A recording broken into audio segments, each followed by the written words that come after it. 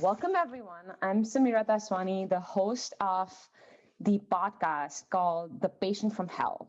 It is built and sponsored by Manta Cares, a community of caregivers and survivors of cancer.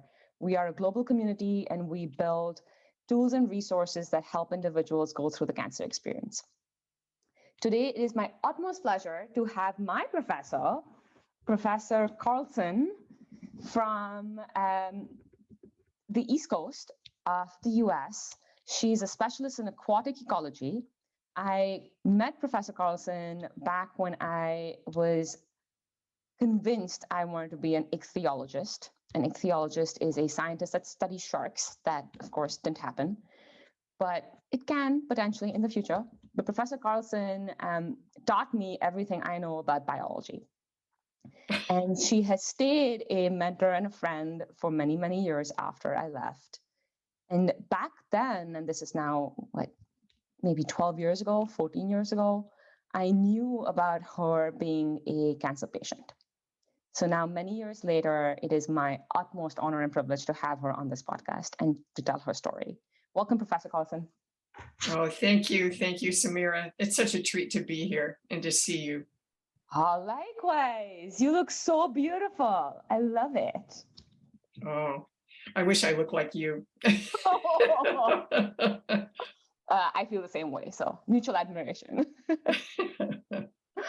Professor Carlson, tell us how you ended up being an aquatic ecologist. Well, it was a long journey, but I think I grew up loving animals. And I spent a huge amount of time outdoors. I lived on a farm, and so that explains part of that. And one of the first things I began doing as a young girl was to have an insect collection, which consisted almost entirely of butterflies. And I still love butterflies today. I have planted gardens in our backyard to attract butterflies. I no longer collect them. And that led me to major in biology as an undergraduate in college. And there was a defining moment for me in college that really shaped the rest of my career. I took a summer course in northern Minnesota, and that course was titled Aquatic Invertebrates. So an invertebrate is an animal without a backbone. So these are animals, that live in the water. Many of them are quite small, some not. So aquatic insects, crustaceans, and so forth.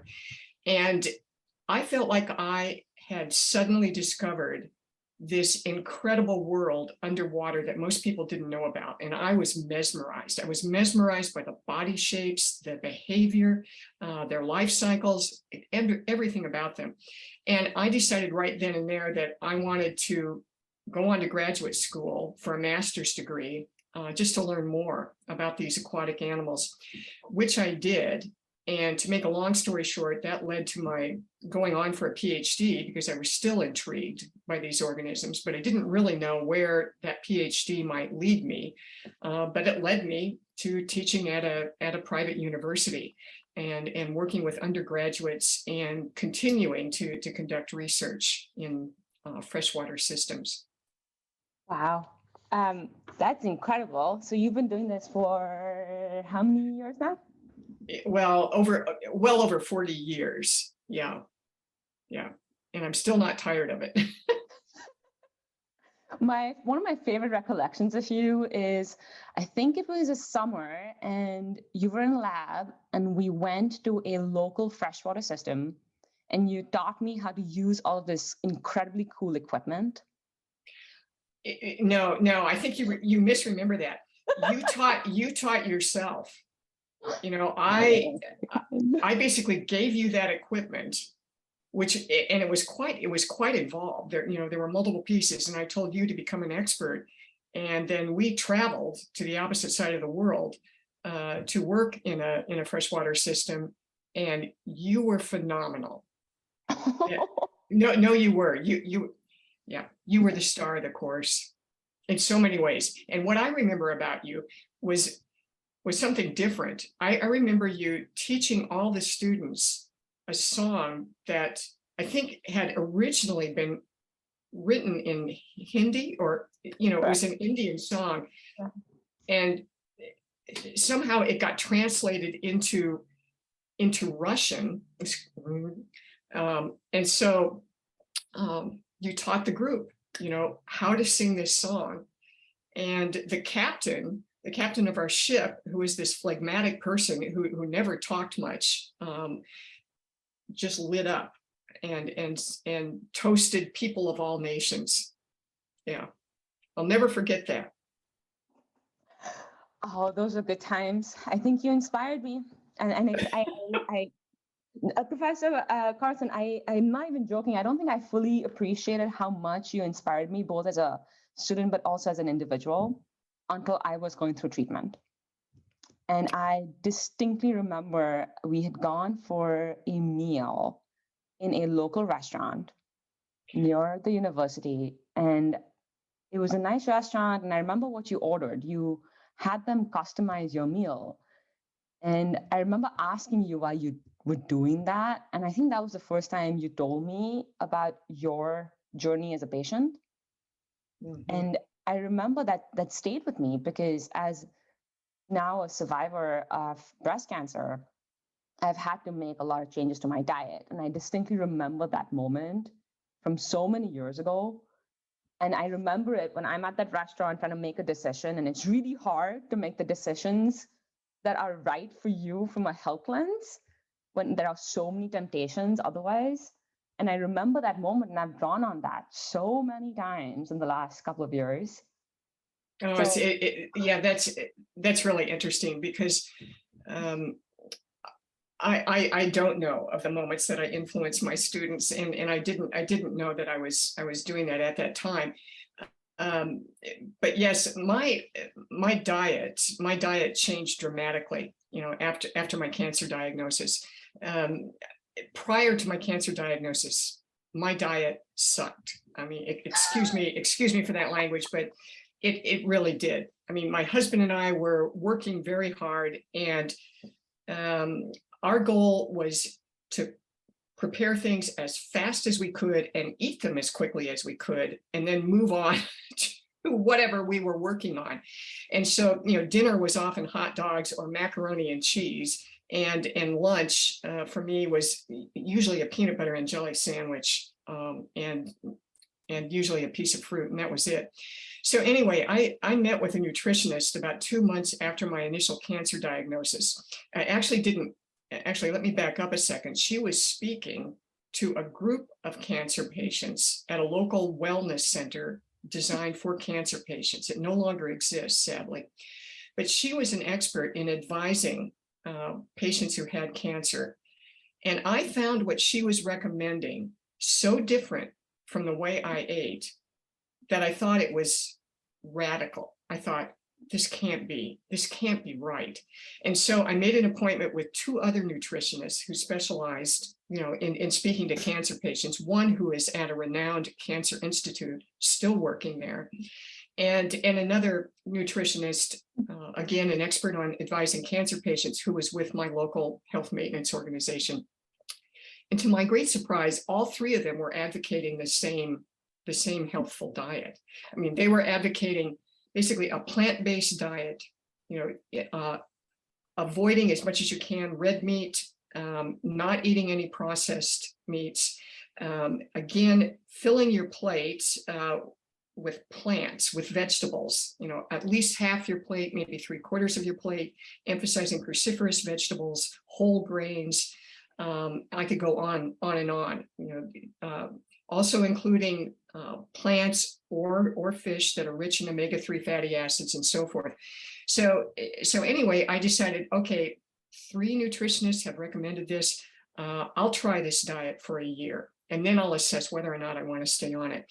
Well, it became very clear to me within 2 months that I wanted to stay on this diet, because I noticed 2 things. First of all, I had sustained energy throughout the day. And I was undergoing chemotherapy at that time. And that really surprised me, because usually, prior to adopting this diet, my energy levels would plummet around 3 in the afternoon. And I would go upstairs. See, my office was in the basement. I'd go upstairs to a vending machine, and I would usually buy a couple candy bars and eat them. And I could do that, without putting on weight because I was a runner. And so I loved sweets because I could eat as many sweets as I wanted without putting on weight.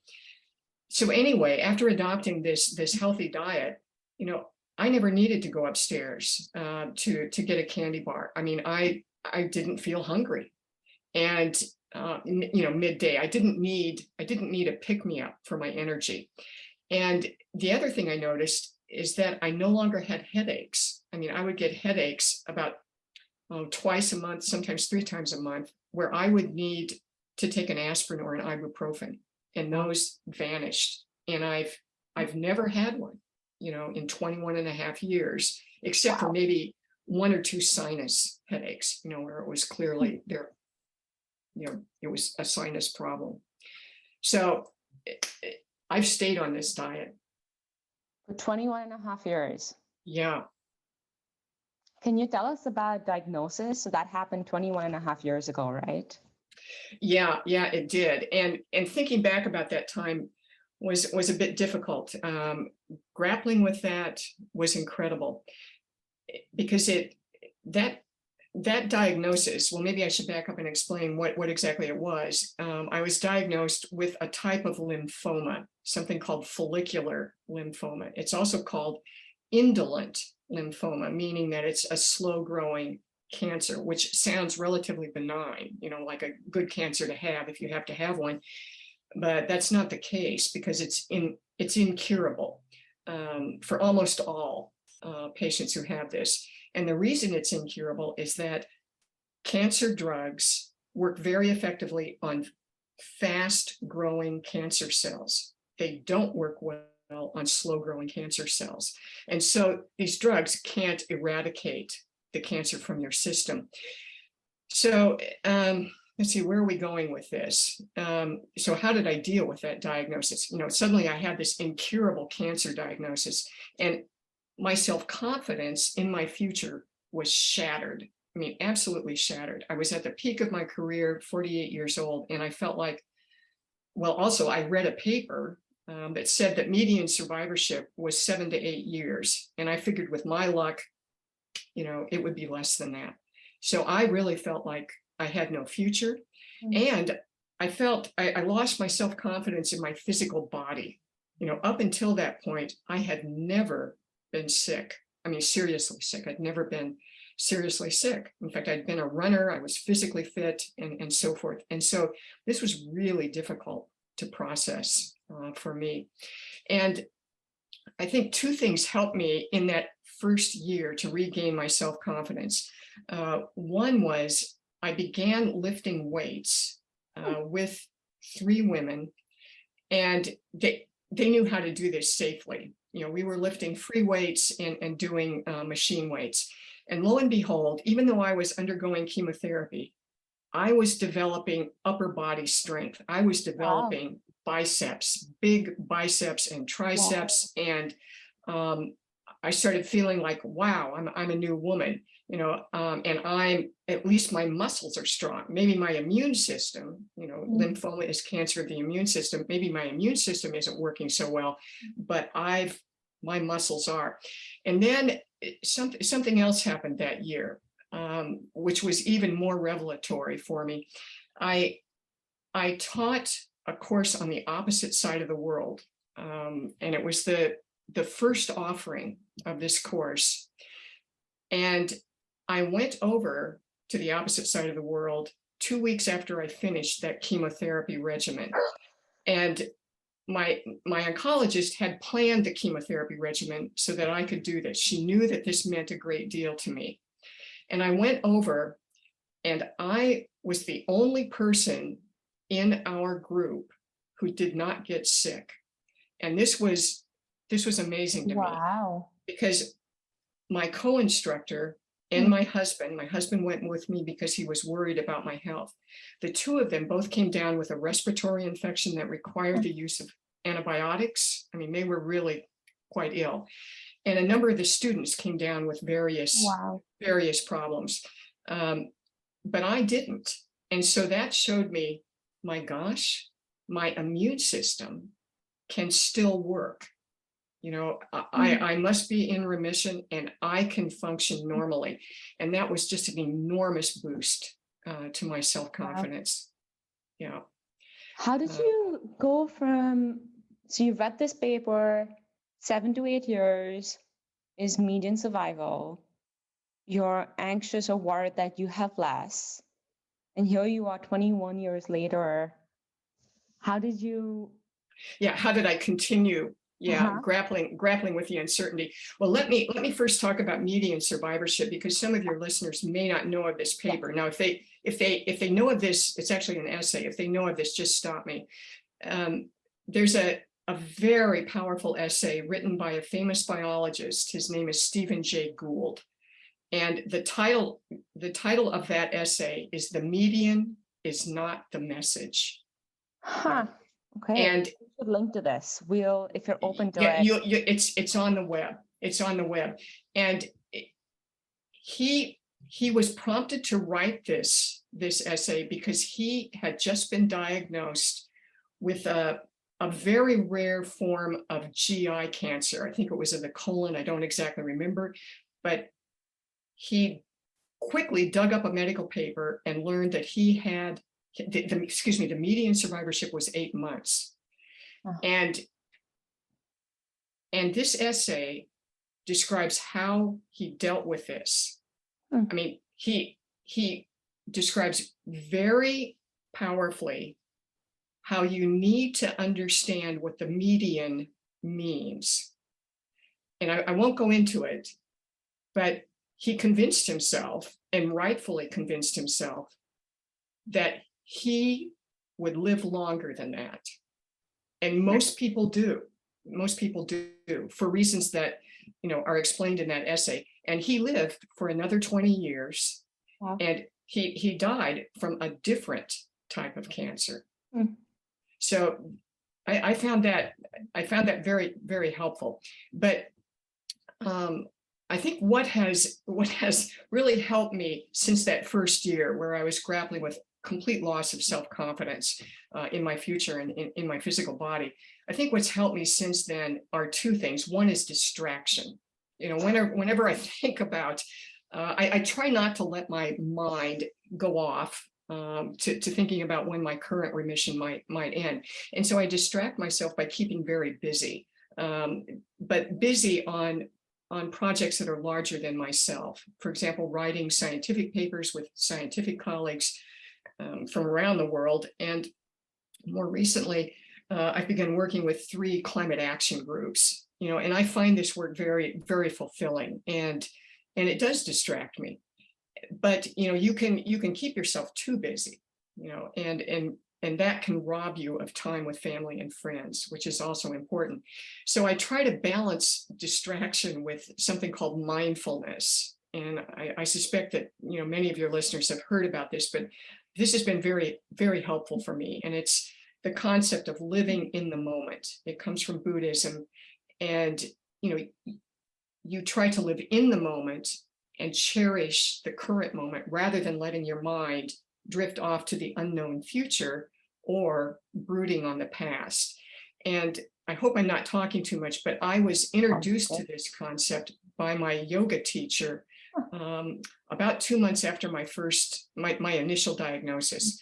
And I had told her, you know, about my health situation, and she invited me to an event where a famous Buddhist monk spoke. This was Thich Nhat Hanh, and he has written, he recently died, 96 years old, earlier this year, and he's written multiple books, some of which focus on mindfulness. And I found his thinkings and writings just very compelling, and I often come back to them. So distraction and mindfulness. I love that combination, and I fully resonate with that. I think there have been a couple of themes thus far in our conversation that I've seen play out in my own life.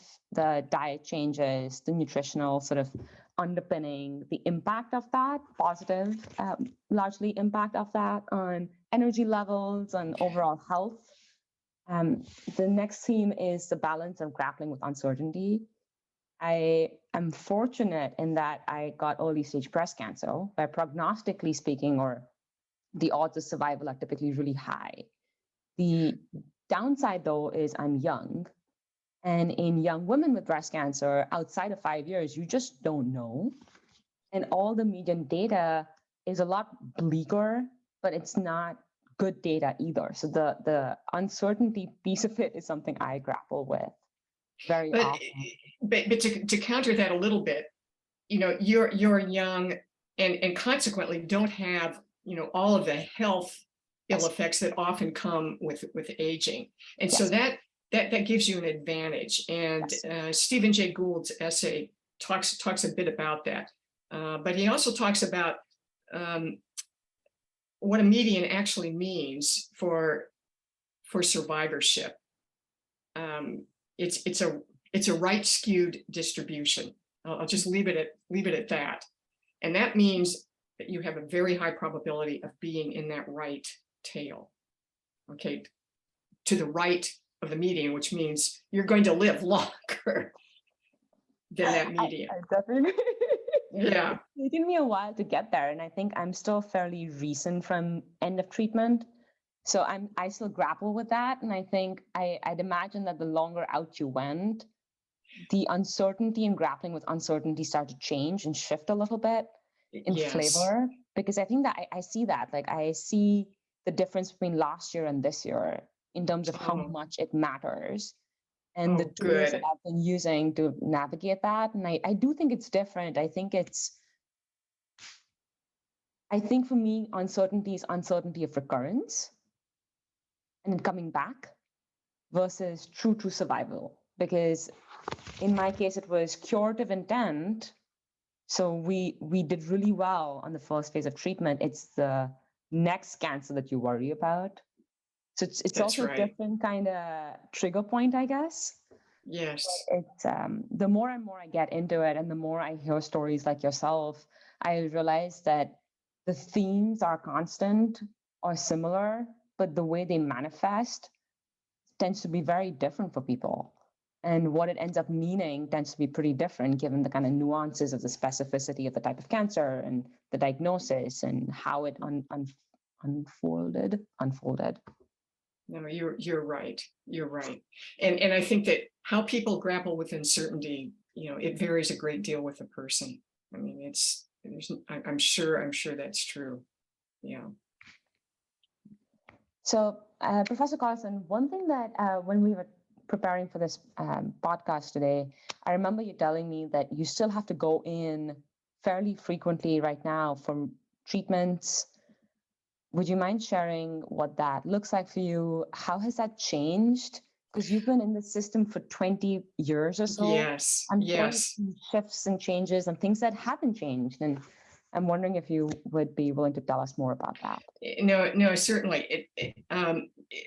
Looking back over the last 21 and a half years, treatments and imaging has really changed, at least for patients with my type of lymphoma. And to give you an example, when I was first diagnosed in 2001, most follicular lymphoma patients who needed treatment immediately would be treated with IV infusions. Today, that initial treatment is an oral therapy. It's a pill. Oh, wow. And it's completely different drugs, that are being administered, and they've been approved by the FDA. So that's powerful progress. And these patients are not losing their hair either, so that's a big change. Now, and continuing with another treatment change, in the early 2000s, a monoclonal antibody was first used to treat lymphoma patients. And it was something called Rituxan. And I've been treated with that twice now. And that's also been a huge game changer, a big treatment game changer. Now, moving on to imaging, I go in every 6 months and usually have to be imaged. And for the first, I'd say 12, maybe even 15 years of my cancer lifetime, I was imaged with CAT scans. And there's a lot of radiation given Huh. in a CAT scan. And so when I would go in, it was my pelvis, my abdomen, and my chest that were being, imaged. And, you're accumulating over that many years a lot of radiation exposure. And so you can develop a secondary cancer such as leukemia. And that is something that the medical field is, watches for. But the good news is that, I'm now being imaged with MRIs, magnetic resonance imaging, and I'm really grateful for that. Yeah. Wow. And wow, I'm grappling with the shift in imaging. I have read about it, but I didn't realize that your imaging modality shifted about 7 years ago. That seems No, fairly. it's huge. So Samira, how are you imaged? Are you imaged with CAT scans? No CAT scans. For me, the survivorship plan has me imaged every year. So every 6-month checkup, but every year of imaging. In my specific case, the guideline recommends only a mammogram, but I pushed back big time because that made no sense. Sorry. This is why I have come to embrace that I am the patient from hell. I'm embracing that identity right now because I have realized that I push back quite a bit. And I think the reason I push back is I have dense breasts.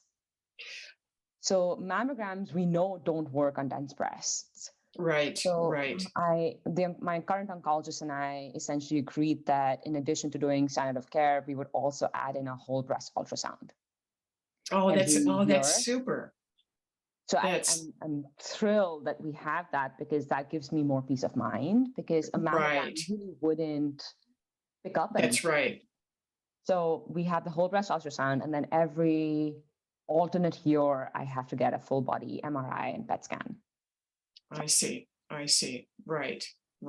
Yes, I've had a couple of those PET scans, those full body PET scans. Yep. I know that experience. This is from a while back. I was getting my first PET scan done. I was talking to actually another professor of mine in graduate school who was a survivor. And he looked at me and he goes, "Did you feel the particles go up your vein?" And I just sat there and I was like, yes. But the fact that someone else understands that you can feel the particles go up your veins as they kind of flow into your system, and then that subtle coldness. That's right. Gets in. It was my first moment of realizing that the cancer diagnosis gave me a card, like a membership card to this exclusive club that nobody else belongs to. Nobody really wants to belong to it, but you do get exclusive access, and you get access and you hear things and you bond over things like the coldness of the particles going up your veins. That's you're absolutely right. I think this is the first time I've laughed about my PET scan experience, but humor, sarcasm, grit, all of that is needed, and that's what you get when you enter the exclusive club. Yeah, it's true. The humor gets pretty morbid. Right. It's totally true. So I'm going to try and summarize the many themes because we've touched on so many themes already. So the first one is just the uniqueness of an indolent cancer and a slow-growing cancer. I think the second is Stephen Gould's beautiful paper that seemed to have made a huge impact on your life on the meaning of being the median. Mm-hmm. The third theme seems to be around nutrition and the importance of nutrition and how you went to 3 nutritionists before you found that they were saying the same sort of principles and fundamentals, and you adapted that and you've lived with that for 21 years and it's done you, it seems to be a lot of good. The fourth theme is around grappling with uncertainty, the combination of using distractions and mindfulness. The fifth theme is around what you've seen changed, both on the treatment side and on the imaging side, and how changes on both of those have had huge impact and benefit to you as an individual going through this for so many years. Any other themes that stuck to you so far? No, that was a brilliant summary. How'd you keep that all in your head? Oh, I was listening, I guess. It doesn't always happen, don't worry. No, outstanding. That's really outstanding. Oh, this is why I love you as my professor, because you always seem to give me compliments. Yes, but yeah, you deserve them. Oh, you're very, very kind. Professor Carlson, it really has been an honor to have you on this podcast. I was very, very excited to have you on it because I think there are so many messages that people around the world listening to this will take away from this. Fairly short, but very compelling summary of your 21 years as a cancer patient. And I know for a fact that you got me through some of the hard moments of my journey. And I know that this story will resonate because we have a number of listeners sitting across the world who are grappling with metastatic cancers, indolent cancers, incurable cancers. And I know they listen, so I know that your story is going to very, very positively impact and give individuals very tactical and very practical ways of grappling with the uncertainty, lifestyle changes, etc., that comes with a cancer diagnosis. So thank you so much for being here. Oh, it's my pleasure, and it's so wonderful to see you, Samira. Likewise, that was the best part of this. That's right. That's right. Absolutely. Absolutely. And I'm so proud of you. So proud of you for starting Manta Cares. It is very much needed. And I love the Manta Cares notebook that I have. And I'm taking it, to my Cancer Institute, as I told you, to show them, because I very much hope that they will begin offering it to patients. Yeah, because I keep a health diary. I have many of them. In fact, I started doing this at the suggestion of a academic colleague, and it's been very helpful, but it is not organized the way your notebook is. Yeah. Thank you. We very much appreciate it. Manta Cares is what it is because of individuals like yourself. So I truly, truly appreciate you being part of our community. This podcast, show notes, and newsletter is for general informational purposes only and does not constitute the practice of medicine, nursing, or other professional healthcare services, including the giving of medical advice, and no doctor-patient relationship is formed. The use of information on this podcast or any materials linked from this blog is at the user's own risk. The content here is not intended to be a substitute for professional medical advice, diagnosis, or treatment. Users should not disregard or delay in obtaining medical advice for any medical condition they may have and should seek the assistance of their healthcare professionals for any such conditions.